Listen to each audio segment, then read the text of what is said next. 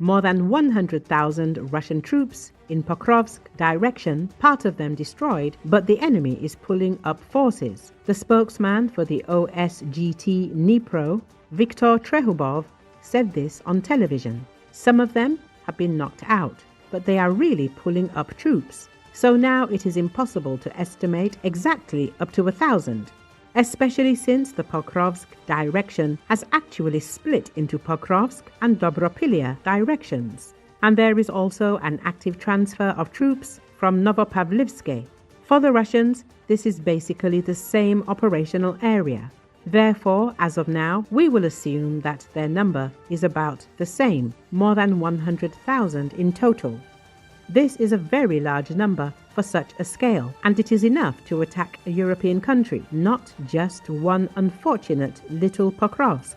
Trehubov said, according to him, such a large number of Russian troops demonstrates the importance of this direction for the Russians. Recall in the Pokrovsk sector, the 1st Azov Corps of the National Guard of Ukraine, together with adjacent and subordinate units, cleared the villages of Ruski, Rubizne, Novovodiane, Petrivka, Vesele, and Zoloty Kolodiaz of Russian invaders. It is noted that over the past 3 days, in the defense zone along the Pokrovsk direction, the Azov Corps, together with other units, halted the enemy's advance. Ruske, Rubizne, Novodian, Petrivka, Vesele, and Zoloty Kolodiaz were cleared as a result of search and strike operations. In the operational zone of the Azov Corps, the Russian army suffered significant personnel losses. 271 irrecoverable casualties, 101 wounded, and 13 captured. The invaders also lost a substantial amount of equipment and weaponry, 1 tank, 2 armored fighting vehicles, 37 units of automotive and motorized equipment, and 3 artillery pieces were destroyed or damaged. Stabilization operations in the Dobropillia sector are ongoing. As previously reported by Ukrinform, the General Staff of the Armed Forces of Ukraine stated that the city of Pokrovsk in the Donetsk region has already been cleared of Russian sabotage and reconnaissance groups. Earlier, reports emerged that Ukraine was continuing a large-scale effort to strengthen its defensive lines in what officials describe as the most ambitious fortification program since the start of Russia's full-scale invasion.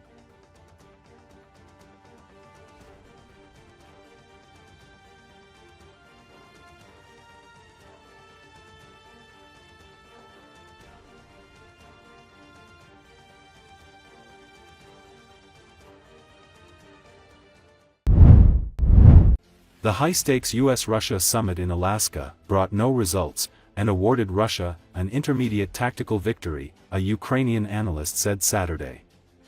The much-anticipated summit in Alaska on Friday ended without an agreement to stop the fighting in Ukraine after 3.5 years.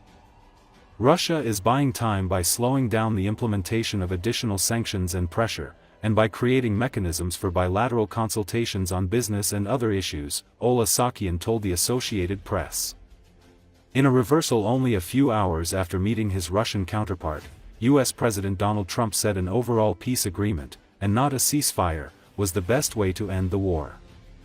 That statement echoed Russian President Vladimir Putin's view that Russia is not interested in a temporary truce, and instead is seeking a long-term settlement that takes Moscow's interests into account. Trump and Ukraine's European allies had been calling for a ceasefire ahead of any negotiations. Ukrainian President Volodymyr Zelensky said he will meet with Trump in Washington on Monday. Most likely, Trump will check what compromises can be expected from Ukraine, what Zelensky is ready to do. But we are unlikely to see any serious steps, said Sakian of the meeting. It will be Zelensky's first visit to the U.S. since Trump berated him publicly for being disrespectful during an extraordinary Oval Office meeting on February 28. Trump, who also held calls with European leaders Saturday, confirmed the White House meeting and said that, if all works out, we will then schedule a meeting with President Putin.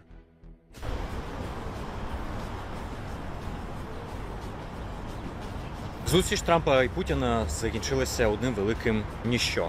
Бо інакше як пояснити, що було відмінено вечерю, зрештою ні про що не домовлено, не підписано і роз'їхалися раніше, ніж планувалося. Принаймні російська сторона заявляла, що 6-7 годин триватимуть переговори. Зрештою вони протривали менше 3 годин.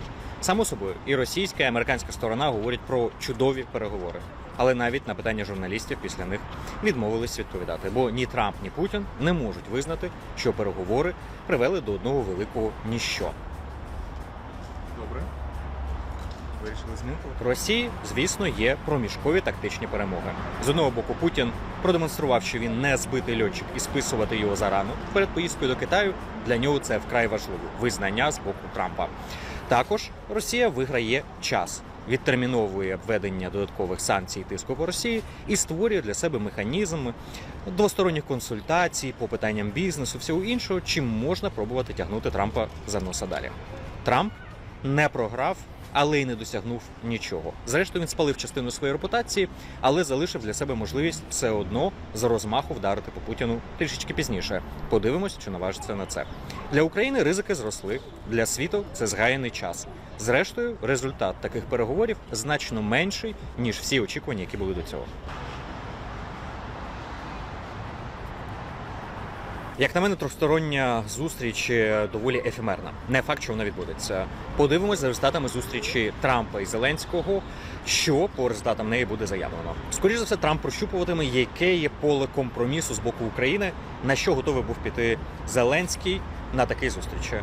Вирогідніше за все, ми не побачимо жодних серйозних поступок. Будуть загальні слова, буде підтвердження великої і виключної ролі Трампа, але зрештою все повернеться на круги своя. Бо ті речі, про які Трамп говорив з Путіним закритими дверима, ми можемо лише здогадуватися, які стосуються російсько-української війни. Якщо на них погодився Путін, то вони, очевидно, є неприйнятними для України. На жаль, але наразі простору для того, щоб швидко досягнути повного завершення російсько-української війни, немає. Саме тому Україна і Європа пропонували повне припинення вогню, як пролог до того, щоб говорити про завершення війни. Путін на це не погодився. Трамп цього досягнути не зміг.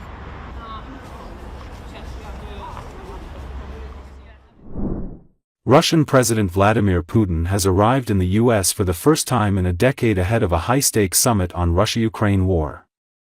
According to Associated Press, the Russian president hasn't been to the United States since a 2015 meeting at the UN General Assembly in New York. The International Criminal Court issued an arrest warrant on war crimes accusations for Putin in 2023. But the U.S. isn't a member of that global body, so officials are under no obligation to arrest him. Friday's summit could reshape both the war in Ukraine and relations between Moscow and Washington.